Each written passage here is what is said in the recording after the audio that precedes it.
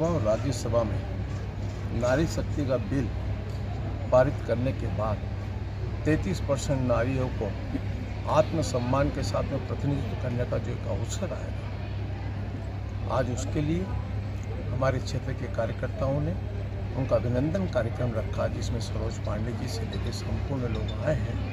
मैं भी उसी कार्यक्रम में आया था कि नारी शक्ति को एक संबल मिले, ताकि भविष्य में वो आगे भी जनप्रतिनिधि में आकर के जनता के दर्द को, समाज के दर्द को विधानसभा और लोकसभा के अंदर दमदारी से उठा करके समस्या के समाधान में वो अपना योगदान दे पाए। ठीक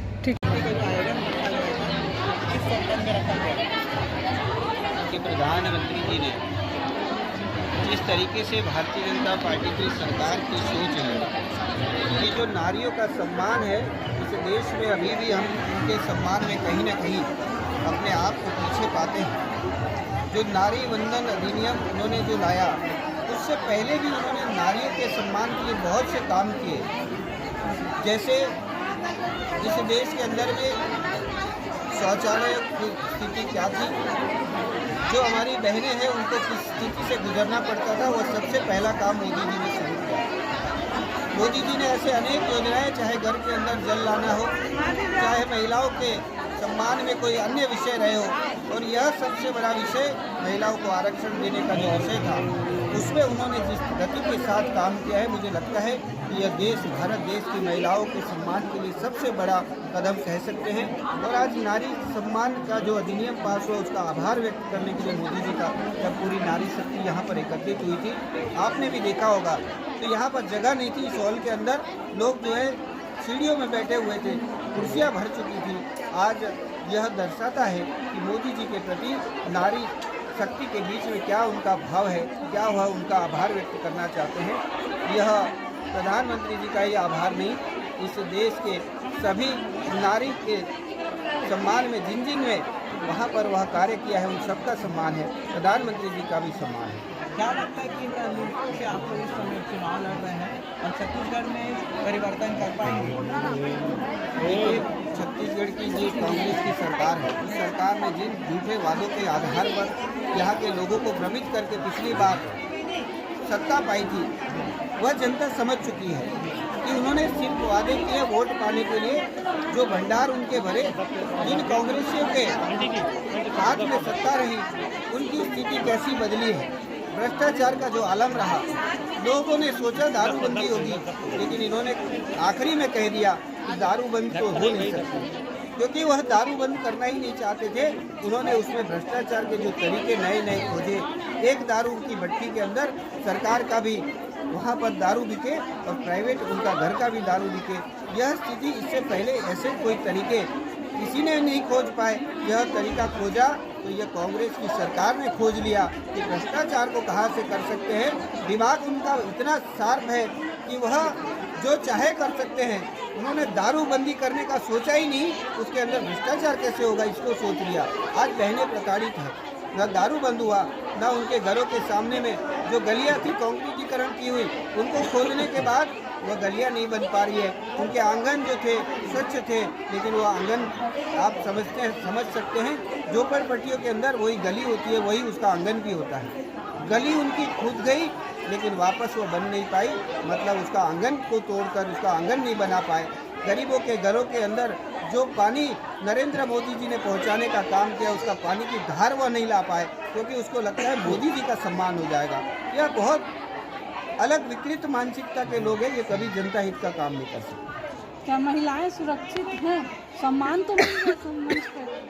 देखिए, यही जो विषय है वह कांग्रेस की सरकारों को आपको पूछना है। छत्तीसगढ़ के अंदर जो महिलाएं हैं, क्या वह सुरक्षित है? यहाँ पर एसपी कार्यालय के नीचे पार्किंग जैसी स्थलों पर महिलाओं के साथ में अनैतिक कार्य हो जाते हैं। कपड़ा मार्केट जैसी जगहों पर महिलाएं सुरक्षित नहीं हैं। जहां हमने देखा मंदिर हसोद के अंदर जो घटनाएं हुई, इसको रोकने की जवाबदारी किसकी है?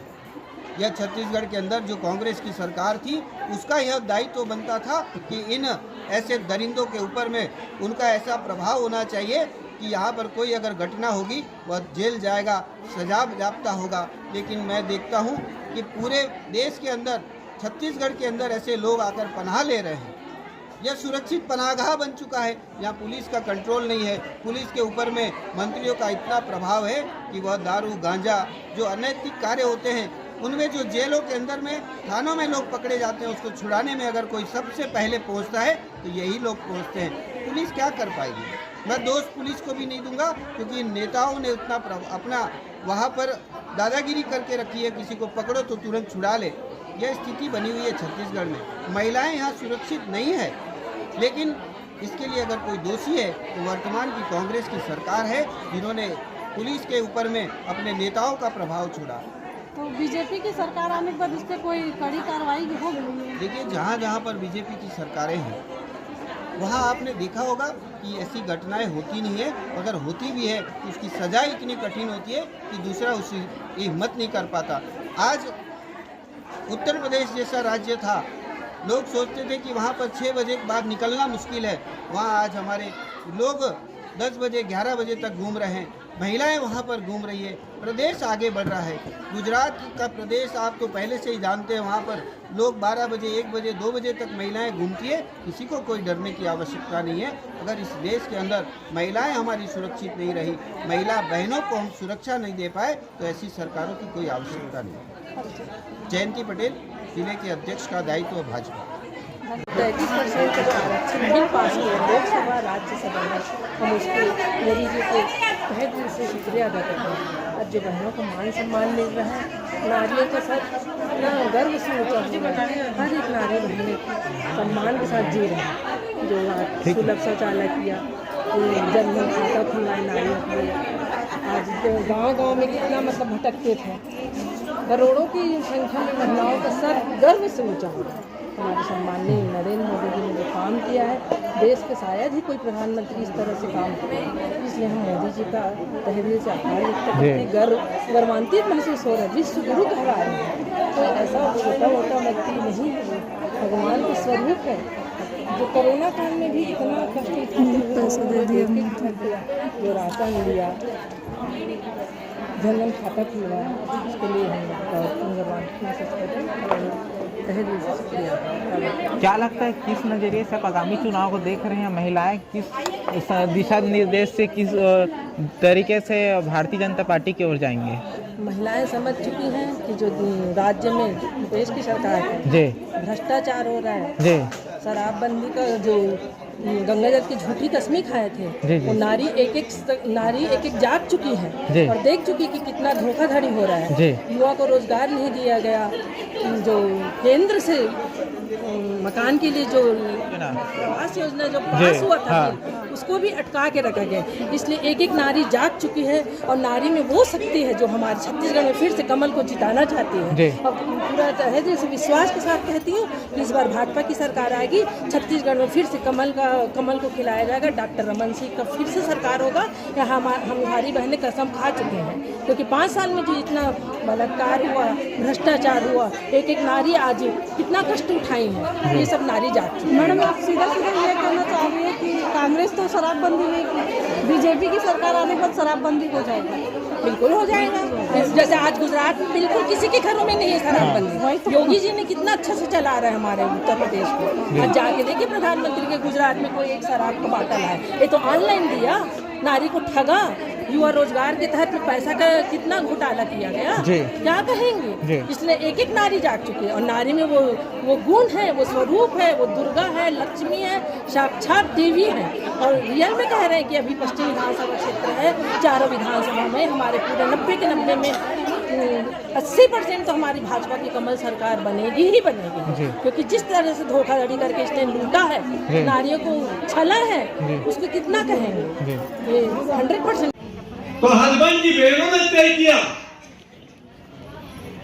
जब प्रदेश के अंदर कहीं शराबबंदी की बात नहीं थी, 2004 उन बहनों ने संकल्प लिया, लाठी खरीदी, सीटी ली और हमारे गांव में कोई भी दारू बेचने आएगा उसको गांव में नहीं घुसने दूंगा।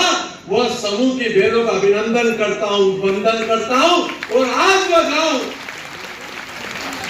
वहां किसी माई का लाल की ताकत नहीं होगी दारू जाके बेचने।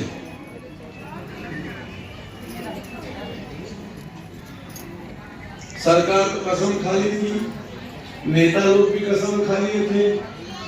अब गंगा जल अपने यहाँ कब देते हैं? कब देते हैं? बता दो भाई, कब देते हैं? जोर से बोलो, कब देते हैं? अब गंगा जल देने का अवसर आ गया है।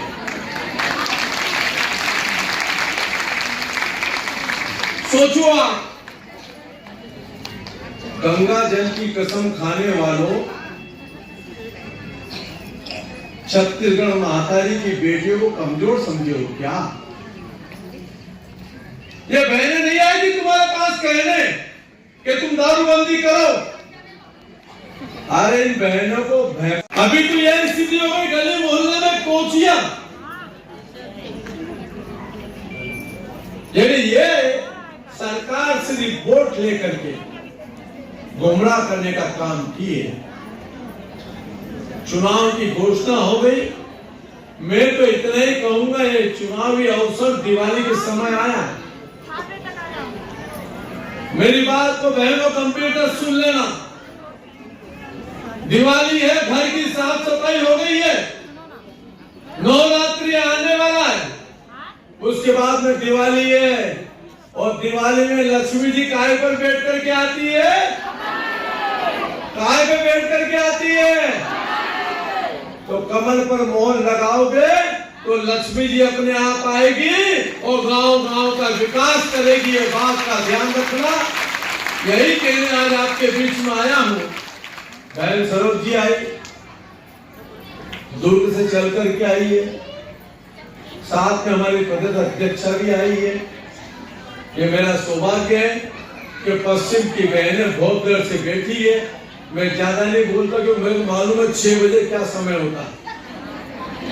मेरे को मालूम है 6 बजे के बाद तकलीफ आती है।